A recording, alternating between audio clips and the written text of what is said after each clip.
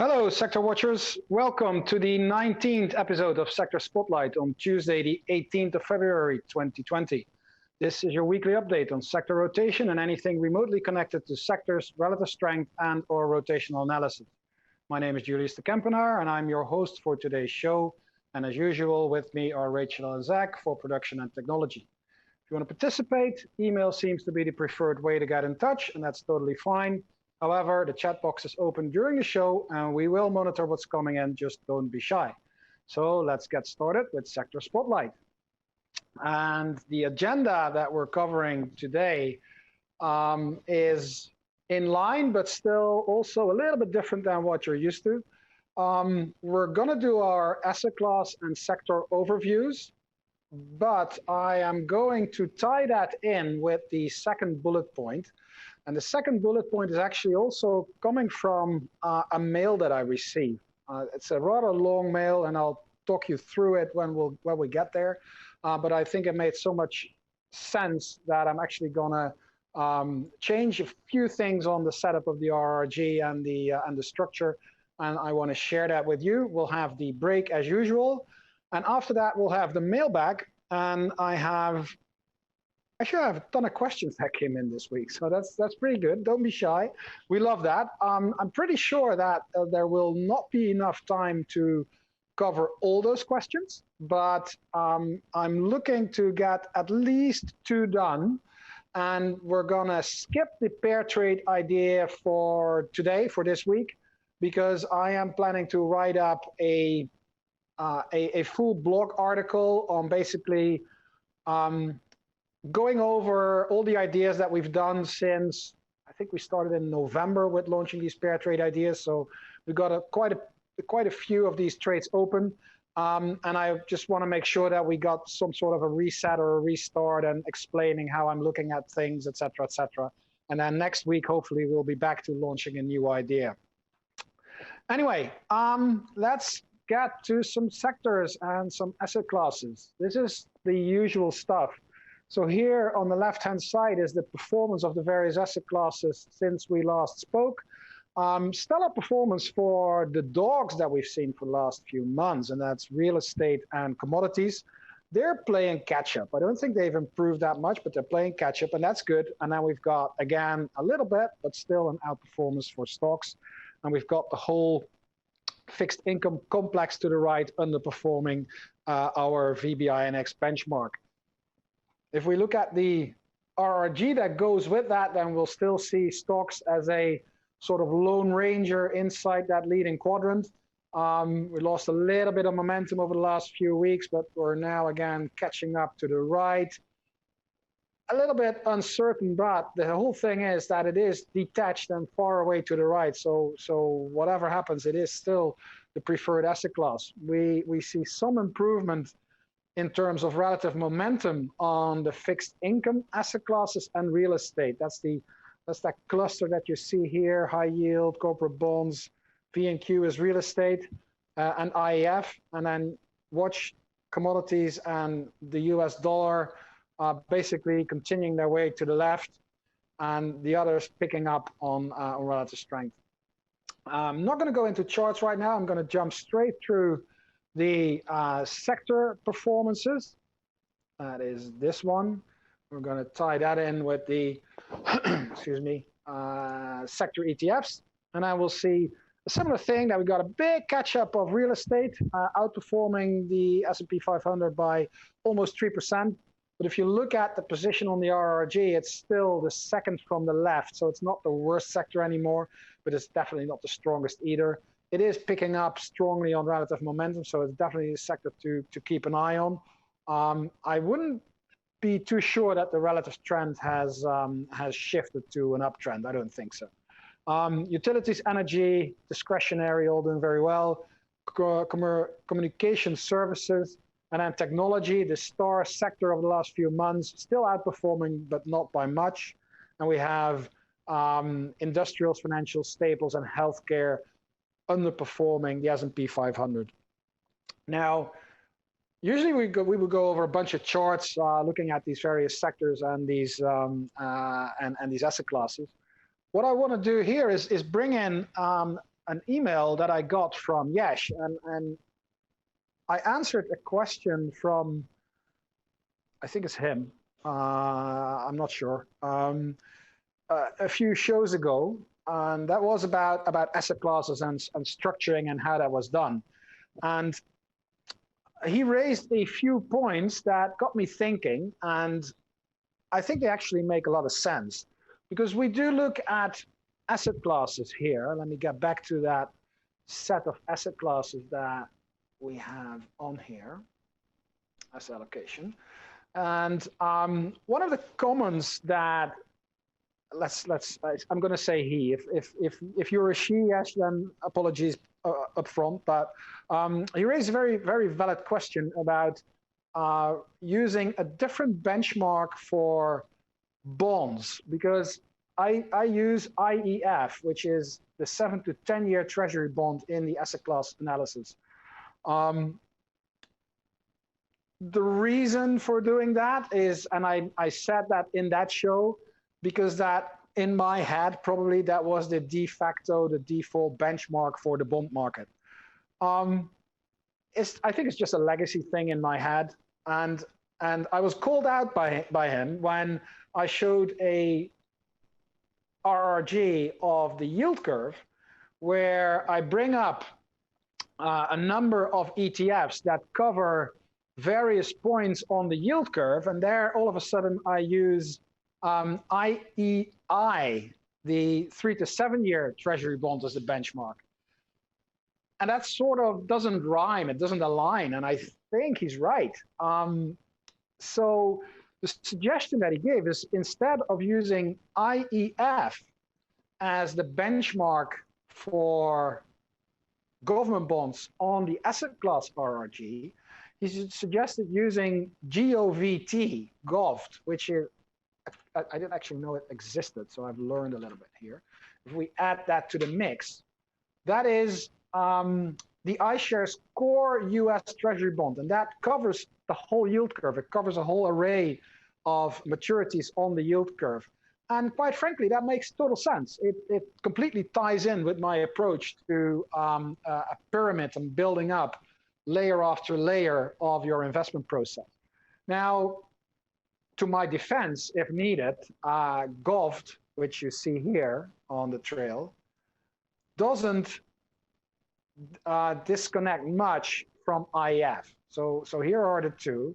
You see there's a little bit of a disconnect. They're almost at the same point now, but over the last few weeks, they diverged a little bit. So here you see IEF, so they're moving sort of in tandem.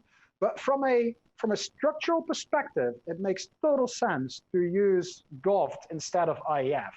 So I am going to change that dropdown, and I'm going to stick in GOVT as the benchmark for fixed income allocations. And at the same time, I'm going to bring in the RRG for yield curves on the dropdown, but I'm going to use GOVT as the benchmark, because here it actually makes total sense. But now, because now we actually do have what I call a closed universe. You see that all these points on the yield curve, I've got to drag them out a little bit to make them visible, because right now they're clustering right in the middle. We've got all these various parts of the yield curve, and GOVT is actually the total yield curve. So it makes much more sense to look at this universe of fixed income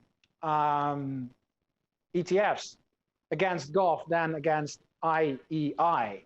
And you see the rotation over the last few weeks, and it's a pretty clear rotation in favor of the longer dated maturities. So on the fixed income side, the longer dated maturities are taking preference over the shorter end of the curve. That means that the longer end of the curve is going down, that the shorter end of the curve is coming up. That means a flattening of the curve as a whole, if you're interested in anything like that. Going further in that email, he also made another pretty valid point about SPY. Again, you know, just ease of thought, I guess. You know, everybody talks about SPY, everybody talks about the stock market as the S&P 500, or maybe, well, maybe not the Dow. And he suggests, well, why not use the S&P 1500? And the ETF that goes with that is ITOT, because that covers not only large caps, but also mid and small caps. And again, that makes total sense, because you may have seen me using an RRG that shows, it's actually in the drop-down here, which is called size. And there we have the, this is the Dow Jones version, but there is a S&P version as well, where we use the total market, and then we put large, mid, and small against the total market. Well, there are tools to do that with the S&P 500, and use the S&P 1500 as the benchmark, and then you've got the S&P 500 for the large caps, you've got 600 for small caps, and you've got the S&P 400 for the mid caps.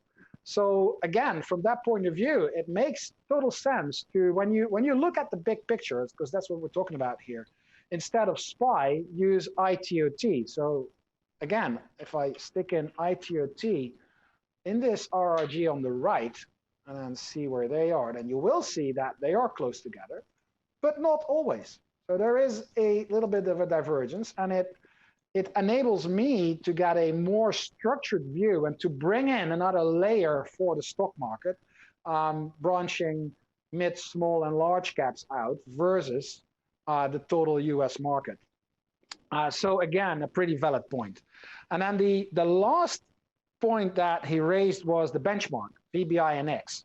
And I agree with the first 2 points, but I don't agree with the last point. And the last point he raised is VBINX is a benchmark that only covers equities and bonds, 60% equities, 40% bonds.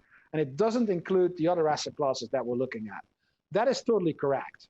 He states that it is a non-tradable instrument. That is not correct. VBINX is a Vanguard balanced index fund, and you can actually trade it. It is a tradable fund. You could actually buy that as your portfolio, and you would have, all of a sudden, you would have a portfolio that consists of 60% equities and 40% bonds. The suggestion that I got is to use, instead of VBINX, MDIV, which is publicly traded, just like VBINX, but it has a 20% allocation to equities, real estate, preferred stocks, master limited partnerships, and high yields. And I don't like that, because these are sort of, well, non-mainstream asset classes, especially like that. And the reason I use VBINX is because it is the benchmark portfolio that is used by a lot of RIAs. And that makes it a good thing that a lot of people know and a lot of people are familiar with to use as the benchmark. Now, I hope it all makes sense, because what I'm trying to do is getting to a more structured approach of the investment pyramid. And I'm going back to a slide that I did in a presentation at the start of the year with our friends at Earnings Beats. And what I tried to do there is bring structure in the investment pyramid. And the plan is that I'm going to use this setup in Sector Spotlight Show to keep an eye on the big picture from a structured point of view. And I have shown this chart there, and this is the top of the pyramid, and I'm going to actually bring that here, and then I can actually play around with my chart list. Go to my chart list, and there, where are you? Excellent. My chart list here. I need my asset classes weekly. Let's do it really quickly, because now I can actually find my charts and I can see, hey, here is commodities. We already saw it on the RRG. It's not doing very well. Commodities are red, like underperforming for me. And then I go to the next one, and we got high yield, and that is underperforming for me. And that is high yield. That's over there. And this way I can go over and I can present you with a structured view from an asset class point of view. Next week, I'm going to make the changes that I just promised you. If we go back to the presentation and we add an extra layer, we can have the yield curve, as I just shown you. We can go to international markets, and we can go to sub-indexes for commodities. Let's move. So here we have the yield curve. We've just shown you this. So here is the view of the yield curve on this date. The commodities we talked about a while ago. This is how I look at commodities right now. We're not going to dive into the individual charts. And then we can go to individual international markets. And then I've got the SPX as the center, but I'm going to change that to the S&P 1500 or ITOT. Create an extra layer in here. So we're going to have mid, small, and large caps. And then in the large caps, we're going to dive down into the sectors that you see here. And I can change that to my RRG chart list, and then I can walk you through the various sectors, like XLK still doing very well. And you can see immediately from an RRG, from a high level point of view, how these charts look and how this all comes together in the investment pyramid with a pretty quick view of where you should be from an asset class perspective, yield curve, maybe commodities, and then down to sectors. And we're gonna create that extra layer. So I thought it was nice to actually share this image of the build-up. So this picture you will see back on Sector Spotlight, updated with the colors based on my opinion and my take on interpretation of the RRGs and the charts, hopefully giving you a big picture overview of where you need to be. We are quickly going to a short pitch for Market Buzz of Greg Schnell, my good friend from Canada. Stay tuned, and we'll be back with a few more questions out of the mailbag right after the break.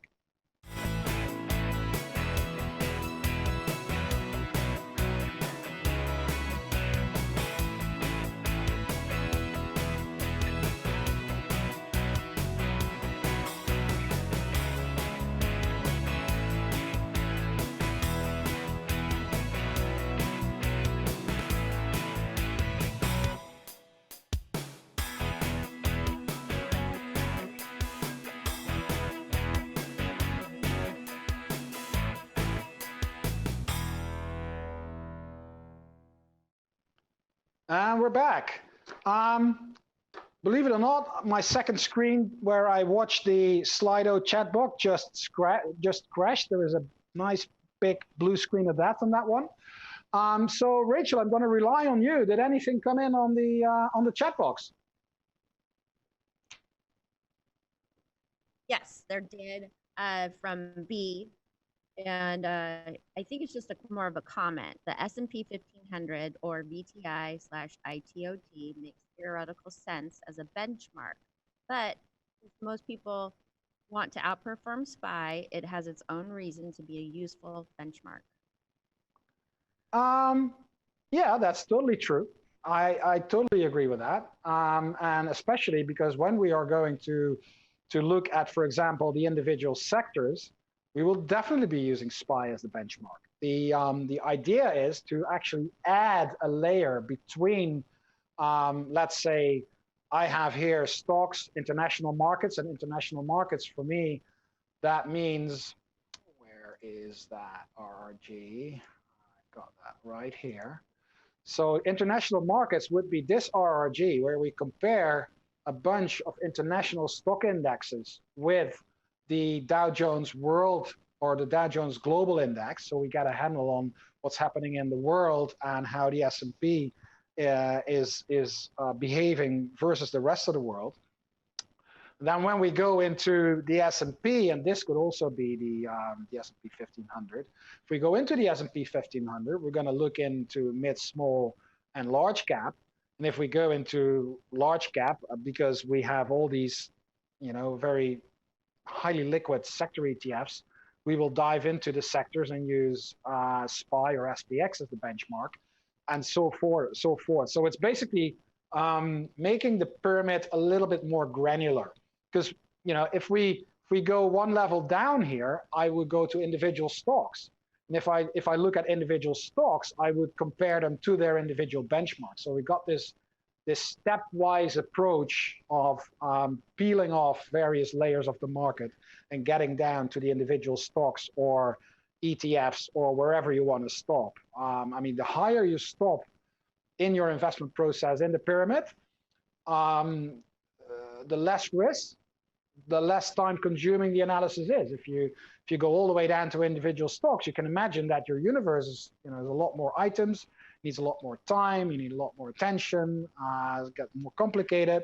So you can tailor this pyramid to cater for the lazy weekend investor to a very active, maybe daily trader type investment type of stuff. So that's what the idea is. Anything else? No, Julius, but thank you. All right, then I have two that I want to try to deal with, and the first one comes from John, and it is about the pair trading stuff. And he writes to me, "Hi Julius, I was thinking about the pair trade results that you were showing the other day on your show. I was wondering what your strategy is for exiting a pair trade as a winner. Obviously, one element is paying attention, as you pointed out in your program. And the basic answer, of course, is when the trade starts going against you. But hopefully there are some signals you watch to give you a heads up." Yes, there is. And let me bring up some. Oh, where are you? Come on, come back to me. This one here. I actually, one of the things that I do is I maintain an RRG which holds all the symbols that we have outstanding pair trades. So I can quickly go over these trails and see if they still make sense from the point of view and the reason why I entered these trades or suggested these ideas in the first place. I do have to tell you that I myself nor StockCharts are registered investment advisors, so please don't take anything that we do here as a straightforward investment advice, because it is not. What we're trying to do is help you make better use of the tools that we have on the site and show you how I get to particular ideas using various instruments and securities. But everybody is responsible for their own analysis and work and trading. So basically, we're trying to educate. And we're using some real life examples, but that's all there is. Anyway, so that we got that out of the way. That's usually like a disclaimer of 3 pages long. So I hope that we got that covered here and everybody understands what we're doing. The other thing that I'm doing is I'm actually I'm looking at the individual trades as such, and I do know that we have we have XLY versus XLV is one of the trades that's open, and that's this one. And if we bring that up on the RRG, we got XLY and we got XLV. And here you go. So here, this trade was done a couple of weeks ago, and it looks that still makes sense. Discretionary is still moving a lot higher, and healthcare is going against us, so that's pretty good. If we do that on the daily chart, we probably got, well, you see that discretionary is now rolling over a little bit, but it's way ahead in leading, and XLV is picking up. What I do is I have a chart template, which is a 6-month daily bar. That's just for short-term stuff. I like to use that. And then I got XLY versus XLV. And what I do like to do is treat this line as my P&L, as my position. And as long as this is going in my favor, I like to stick with the trade. So I'm actually, I guess I'm going to treat this chart, this line, as a chart in its own right. And as long as the trend is up, I'm going to stay with the position. if it's going against me or running into resistance or, shows something that I don't like. And actually, if I'm looking at it right now, you see that this level here, that's like 127, that seems to be a resistance level. Combine that with the turnaround of discretionary inside the leading quadrant and the improvement of healthcare on the daily RRG, so definitely not on the weekly, because on the weekly this could go on much longer. That could be a reason to ditch it. Let's bring back this on a, well, I mean, it depends a little bit on how aggressive you want to be, what your investment horizon is. If you're a short-term trader, I can see this as an exit signal because we've closed the gap, we're running into resistance. We can come up with a couple of reasons why this could be a temporary pause in this trade, and then you could exit it. If you're a little bit longer term orientated, we can still see this as a bottoming process going forward, and this could go much higher to these levels. Depends a little bit on your investment horizon, I guess. But the answer to the question is probably keep an eye on the RRG and the rotation. And for the final call to pull the trigger, if you wish, keep an eye on the ratio chart itself, potentially in combination with other indicators, because you can actually treat these ratio charts. You could render an RSI on RSI. Where are you here? RSI, probably a little bit shorter term. I use 9 days most of the time.